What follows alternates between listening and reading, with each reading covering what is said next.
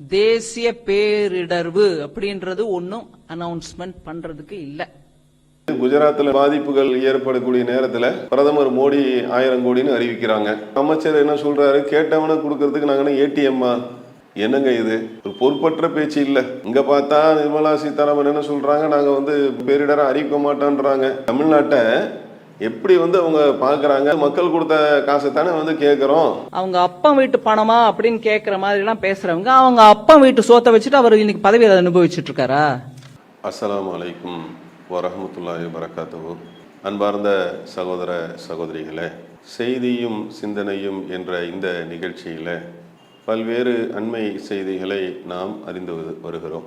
அதனுடைய தொடர்ச்சியாக இன்றைய தினம் சமீபத்திலே தமிழ்நாட்டை உலுக்கி எடுத்த மழை வெள்ளம், அதனுடைய பின்தொடர்ச்சியாக பல்வேறு பாதிப்புகள், நிவாரணங்கள் கொடுப்பதற்கும் மக்களுடைய பாதிப்பை சரி செய்வதற்கும் போதிய அளவு நிதியை மத்திய ஒன்றிய அரசாங்கம் தமிழக அரசாங்கம் வைத்த கோரிக்கையை ஏற்காமல் இதனை நாங்கள் பேரிடராக அறிவிக்க மாட்டோம் என்று சொல்லி பாதிக்கப்பட்ட மக்களை கணக்கில் கொள்ளாமல் ஒரு அரசியல் செய்யக்கூடிய சூழல் இருக்கிறதை பொதுமக்கள் மிகுந்த வேதனையோடு பார்க்கிறார்கள். ஏன்னா தமிழ்நாட்டில் சமீபத்தில் பெய்ந்த அந்த மழை என்பது சாதாரணமான ஒன்று இல்லை. முதல்ல சென்னை அதன் அருகாமையில் உள்ள மாவட்டங்களில் பெய்த மழை, அதுவும் உங்களுக்கு அந்த அளவுகளை எடுத்து சொல்லும் பொழுது குறிப்பிட்டு சொல்லக்கூடிய அளவுக்கு இத்தனை ஆண்டுகள் இல்லாத அளவு மழை பெய்திருக்கிறது என்று மக்கள் சொல்லக்கூடிய அளவுக்கு தான் அந்த மழையும் இருந்துச்சு. அதே மாதிரி தூத்துக்குடியில் நீங்கள் அந்த காயல்பட்டினத்தில் பதிவான மழையுடைய அளவை பார்க்கும் பொழுது அதிலும் என்ன சொல்கிறாங்க, மிக அதிகமாக மழை பெய்திருக்கிறது. இதுவும் சில குறிப்பிட்ட ஆண்டுகளெல்லாம் சொல்கிறாங்க. இத்தனை ஆண்டுகள் இல்லாத இந்த அளவு பெய்யாத மழை இப்பொழுது பெய்திருக்கிறது. அதில் இழப்புகள் என்று சொன்னால் கடுமையான முறையில் இழப்புகள், உயிர் இழப்புகளாக இருந்தாலும் அதே போல உயிரினங்கள், ஆடு மாடுகள் போன்ற உயிரிழப்புகளாக இருந்தாலும், விவசாய நிலங்கள் பயிர் இழப்பு, பயிர் பாதிப்பு அது போன்றதாக இருந்தாலும், வீடுகள் பாதிப்பு, தொழில் செய்யக்கூடிய கடைகள் பாதிப்பு என்று கடுமையான முறையில் பல்வேறு பாதிப்புகள் ஏற்பட்டு இருக்கிறது. தமிழக தலைமை செயலாளர் அவங்க சொல்லும்போது கூட என்ன சொல்றாங்கன்னா, நெல்லை அதனுடைய அந்த சரௌண்டிங்கில் கிட்டத்தட்ட 3700 குடிசை வீடுகள் பாதிக்கப்பட்டிருக்கிறது அப்படின்னு அவங்க ஒரு புள்ளி விவரம் சொல்றாங்க. கிட்டத்தட்ட 35 உயிர்கள், மனித உயிர்கள் பலியாகி இருக்கிறது என்பதையும் அவங்க தகவலாக சொல்றாங்க. அதே மாதிரி சென்னை மழை வெள்ளத்திலையும் நீங்க பார்த்தீங்க அப்படின்னா, வட சென்னை என்று சொல்லக்கூடிய அந்த பகுதி, செங்கை மாவட்டம் என்று சொல்லக்கூடிய செம்மஞ்சேரி போன்ற அந்த பகுதிகள், அதே மாதிரி நீங்க வேளச்சேரி, பேபி நகர் என்று சொல்லக்கூடிய அந்த பகுதிகள்லாம் கடுமையான வெள்ளம் சூழ்ந்து, அதாவது நம்மளால வார்த்தைகளால விவரிக்க முடியாத அளவுக்கு கடுமையான பாதிப்புகள் சென்னை மழை வெள்ளத்திலையும் மக்கள் அதை அனுபவித்தார்கள். அதே போன்று தென் மாவட்டங்கள்ல ஏற்பட்ட அந்த மழை வெள்ளத்திலையும் நீங்க குறிப்பிட்டு சொல்வது அந்த ஏரல், ஆத்தூர் என்று சொல்லக்கூடிய அந்த மாதிரி ஆறாம்பண்ணை என்று சொல்லக்கூடிய பல்வேறு பகுதிகள் ஒரு தீவு போன்று உள்ளுக்குள்ள போகவே முடியாத அளவுக்கு வழிகள் முழுக்க வெள்ளம் சூழ்ந்து தண்ணீரால் சூழப்பட்டு உள்ளவே போக முடியாத அளவுக்குலாம் கடுமையான பாதிப்புகள் ஏற்பட்டது.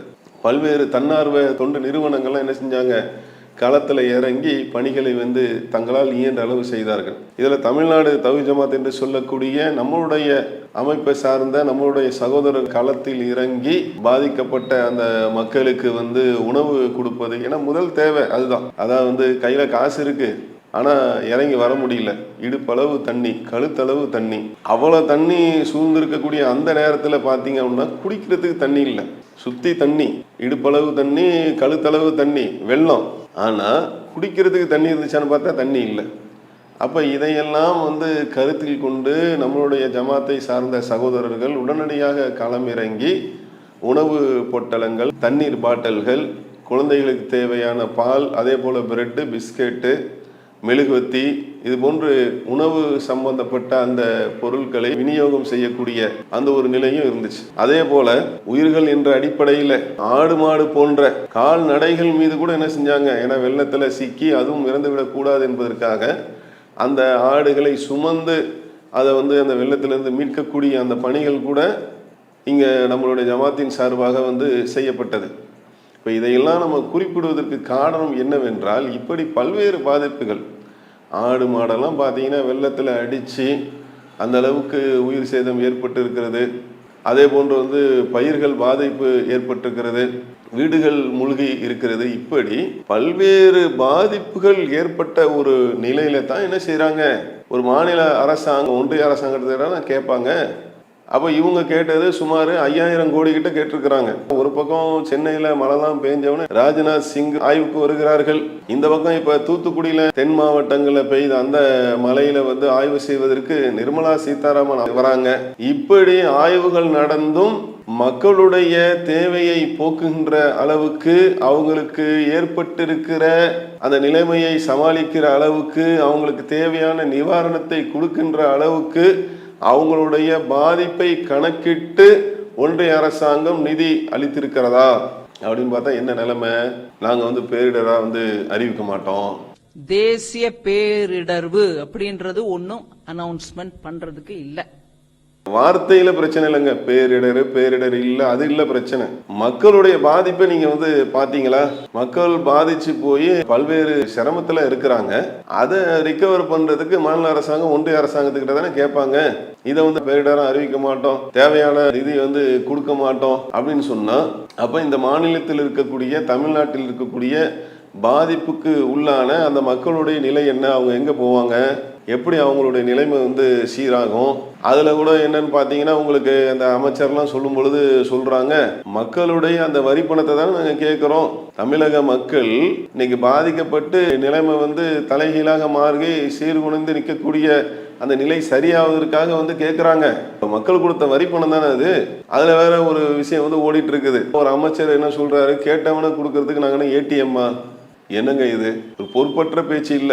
இங்க பார்த்தா நிர்மலா சீதாராமன் என்ன சொல்றாங்க, நாங்க பேரிடரை அறிவிக்க மாட்டோன்றாங்க. தமிழ்நாட்டை எப்படி அவங்க பாக்குறாங்க, அவங்களுடைய அந்த பார்வையின் தவறுதலா, அந்த பார்வையில சரியான புரிதல் இல்லையா? ஏன்னா மக்கள் இதை விரும்பலங்க.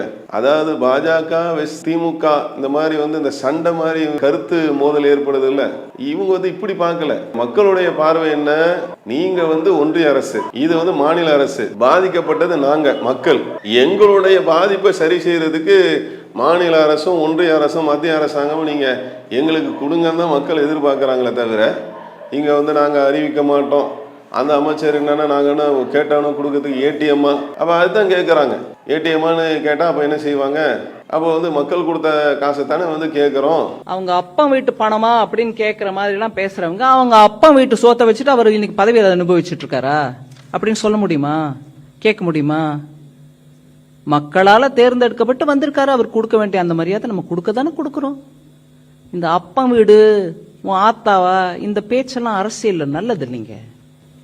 தயவு பண்ணி நீங்க அடுத்த தடவை நீங்க அவருக்கு முன்னாடி இருந்து கேள்வி கேட்கும் போது கூட சொல்லுங்க, அந்த அம்மா இப்படி பேசினாங்க, நம்ம எல்லாரும் கூட யோசிச்சு பேசணுங்க. கொடுத்துட்டாங்க, அவங்க கொடுக்க வேண்டிய பணத்தை முதல்ல கொடுத்துட்டாங்க. இந்த டீம் பார்த்துட்டு போன பிறகு நீங்களும் அதுக்கு கலந்து ஆலோசனை பண்ணி உங்களுக்கு சொல்ல வேண்டியதெல்லாம் சொன்ன பிறகு அவங்க போய் ப்ரொசீஜரலி என்ன பண்ணுவாங்க. உங்க அப்பாவும் போய் பிரதமரை பார்த்துட்டு வந்திருக்காங்க, அதனால பண்ணுவாங்க. அதனால கொஞ்சம் பொறுமையா, வாயும் வார்த்தையும் பொறுமையும் நல்ல குணங்கள். அப்பன்ங்கிறது கெட்ட வார்த்தையா? இல்ல, நான் சொல்றது நான் உங்ககிட்ட கேட்கறேன். நான் ஏதாவது கெட்ட வார்த்தை சொன்னேன்னா, மரியாதைக்குரிய நிதியமைச்சர்கிட்ட மீண்டும் மரியாதையா நான் கேட்கறது, நான் எந்த ஒரு எனக்கோ என்னுடைய சொந்த இதுக்காக நான் கேட்கல. தமிழ்நாட்டு மக்கள் இந்த கடும் பேரிடர், அவங்க பேரிடர்னு ஒத்துக்க மாட்டேங்கிறாங்க. அது கூட சோசியல் மீடியால ஒரு நண்பர் பதிவிட்டு இருந்தாரு, இந்த 9 வருஷம் ஆட்சியே ஒரு மிகப்பெரிய ஒரு பேரிடங்கிறதுனால இது தனியா ஒரு பேரிடரா நாங்க பார்க்க மாட்டோம் அப்படின்னு சொல்லிட்டாங்கன்னு அவங்க சொன்னாங்க. இதை தயவு செய்து தமிழ்நாட்டு மக்கள் இதை உணர வேண்டும். இது நான் யாரையும் மரியாதை குறைவா நான் பேசுனதா நான் நினைக்கல. நான் நேற்று கூட திருப்பி அதற்கு பதில் அளிச்சிருந்தேன். மக்கள் வரி பணத்தை தானே கேட்கறோம், வேற யாருடைய இதை வந்து கேட்கிறோம் என்கின்ற மாதிரி எல்லாம் போயிட்டு இருக்குன்னு வைங்களேன். மக்களுடைய அந்த பாதிப்பை நீங்க கவனத்துல கொள்ளுங்க. கொஞ்ச நாளைக்கு முன்னாடி வந்து குஜராத்ல பாதிப்புகள் ஏற்படக்கூடிய நேரத்துல பிரதமர் மோடி 1000 கோடின்னு அறிவிக்கிறாங்க. இங்க வந்து ஆய்வே வந்து பண்ணிட்டு போயிட்டாங்க. ராஜ்நாத் சிங்கும் வராரு, நிர்மலா சீதாராமன் அவங்களும் வராங்க. ஆனா தேவையான நிதி ஒதுக்கப்பட்டுள்ளதா?